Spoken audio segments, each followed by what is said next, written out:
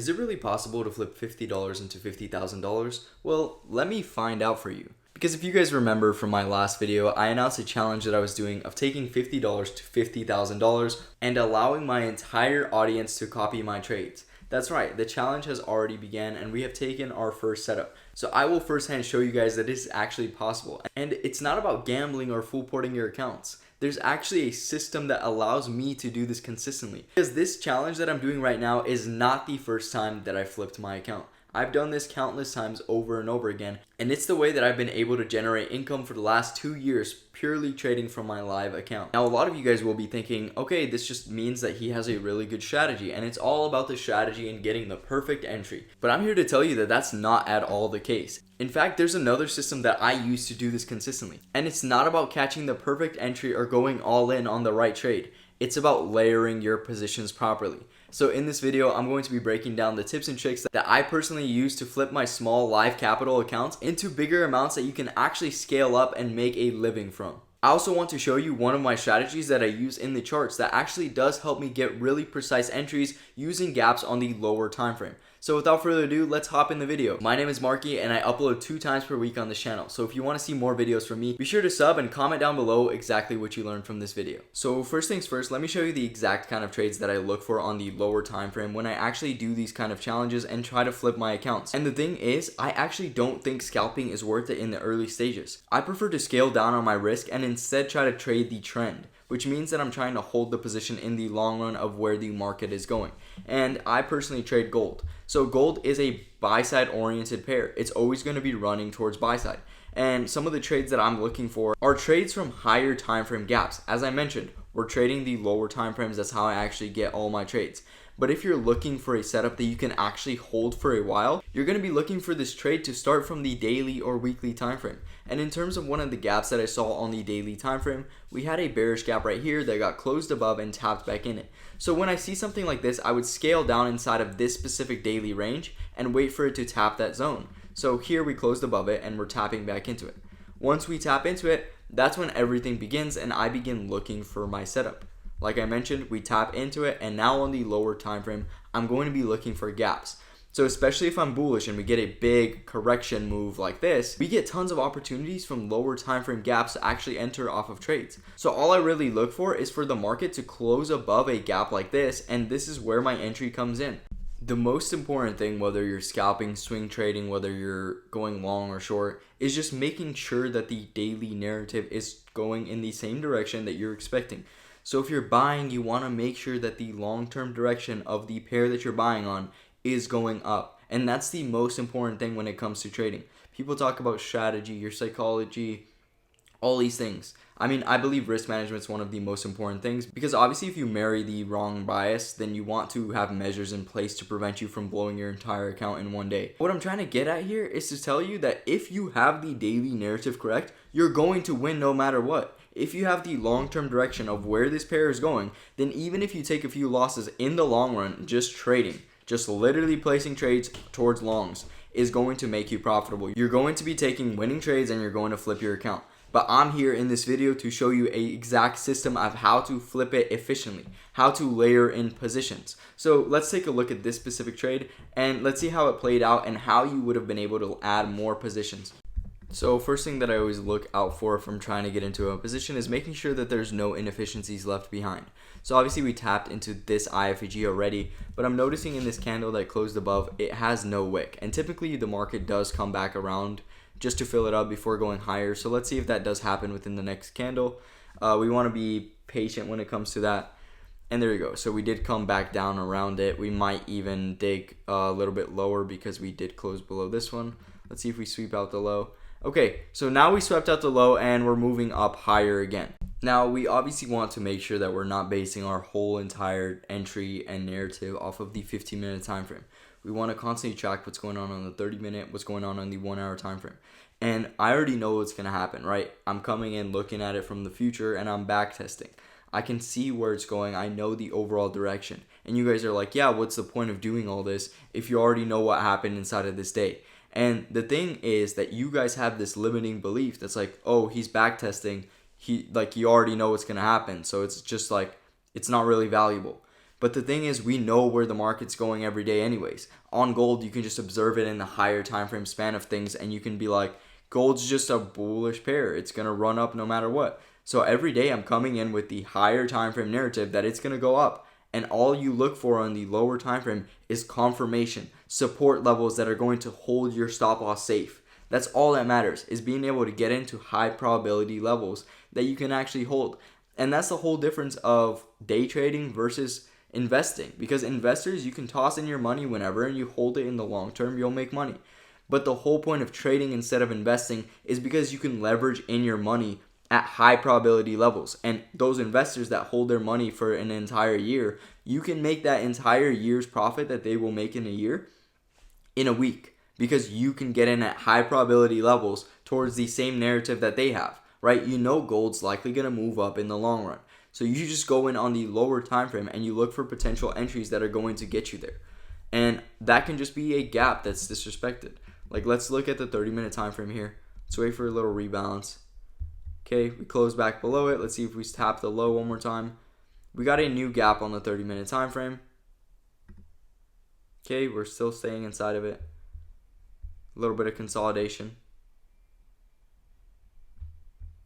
Okay, we actually closed above the gap this time. So you can see previously we didn't close above it. Now we closed above the gap. We hop into our trade, we secure a stop loss, and we swing trade it towards the higher time frame narrative. But this is you're first of all leveraging in your money, right? Second of all, when you're day trading, you can also layer in. And that's the whole point. Instead of going in with like 1,000, if 1,000 is your maximum amount of risk that you're able to do, you just go in with 100 here, 100 there in different levels and writing the overall narrative that's going to be pushing price up to the all-time highs, pushing price up to the next level.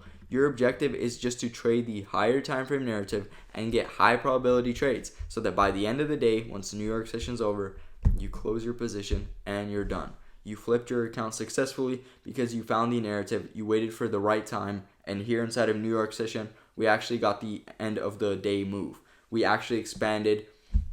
You can see here that we got a bullish candle right there on the daily time frame.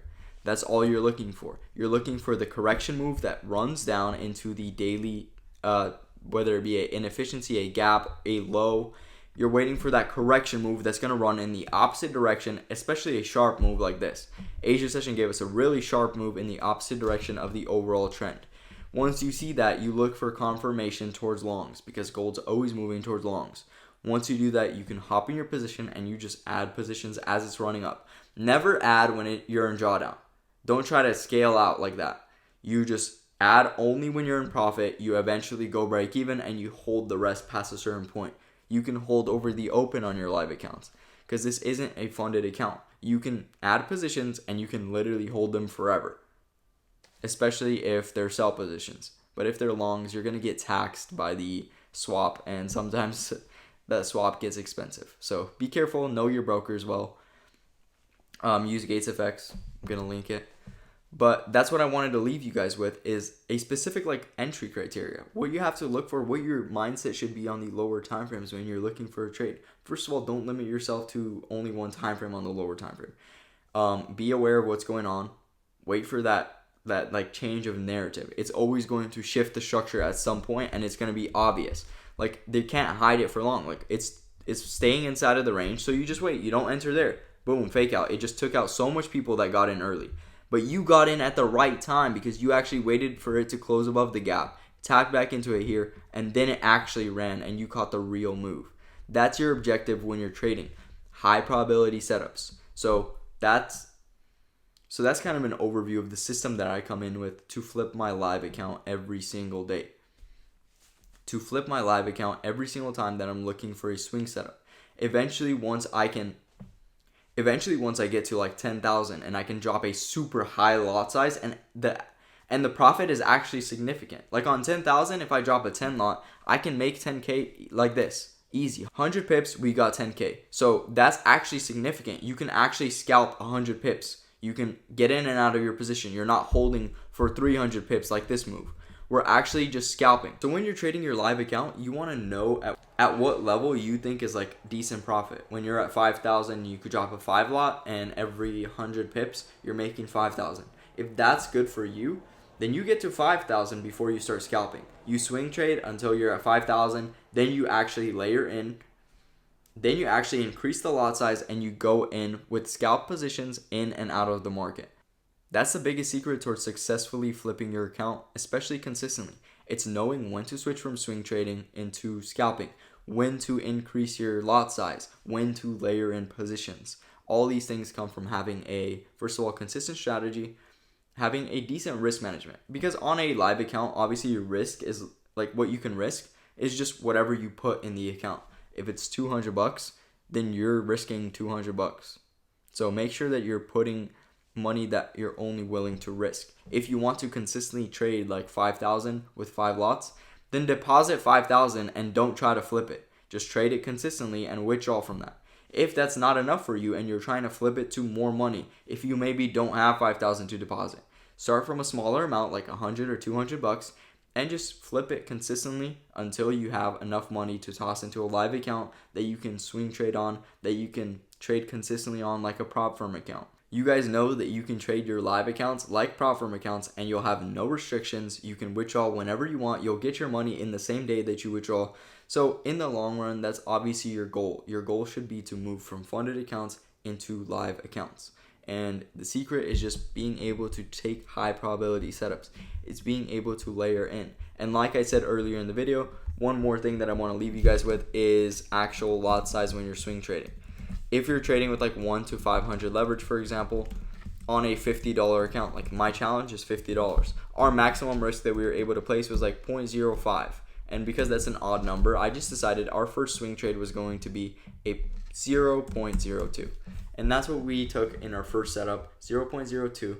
So that's what I did. I halved the total risk that I can take and I swung it. Because we're trying to flip the account. We're not trying to risk $2 and try to make $4. We're trying to flip the account from $50 to $100, $50 to $90, from $90 to $300. We're taking swing positions until we get to a level where we can scalp and actually pull out a good amount of money with those scalp positions. But right now, it's just not worth it. Like if I drop a 0.05 and I get out in 10 pips, like I'm only going to make $5. That's not worth it. Or I get out in 30 pips, I'm making $15 versus, and then I'd have to trade more consistently. And those $15 is not worth like sitting on the charts and waiting for that setup. Because scalping takes a long time. It takes longer than swing trading. You guys think that swing trading, oh, I don't like swing trading because I don't like being on the charts for so long. You're not on the charts when you're swing trading. When you're swing trading, you take your setup, you mark it out, you wait for it to play out. Or I mean like once the setup comes, you wait for that setup to come, you enter, and you turn off your phone. You check it every 30 minutes. Oh, it's going in my direction. What a surprise. I'm trading buys on gold. It's going in my direction. And that's what I'm trying to tell you guys. Swing trading does not take as much as scalping does. Because when you're scalping, you're risking a lot of money in a short, tight trade, tight stop loss. So when you're sitting there in the charts, literally waiting for the perfect timing, for the perfect setup, everything, you're spending so much more focus and attention. If you're doing that, you should not be doing that with $50 in your account. Because that $15 that you're going to make after 3 hours of stressing yourself out, it's not worth it. Okay, so swing trade at first, less stress. You're still going to flip the account in the same exact way, and then you can scalp when it's significant money being made, when there's $1,000 being made for every scalp that you're taking. That's significant amount of money that you can actually scalp and switch over from swing trading into scalping. That's what I wanted to leave you guys off with in this video. I wanted to show you guys that it's possible, that there's systems and stuff that I learned from live trading, from flipping my accounts over time. Like I used to think, because I saw people, other gurus like doing these things, and I was like, dude, that's just like demo accounts. Like there's no way they're layering positions like that. And now that I trade my live account and flip it like this, I understand that there's a system to this. Like over time, the more I did it, I figured out these little things that I did.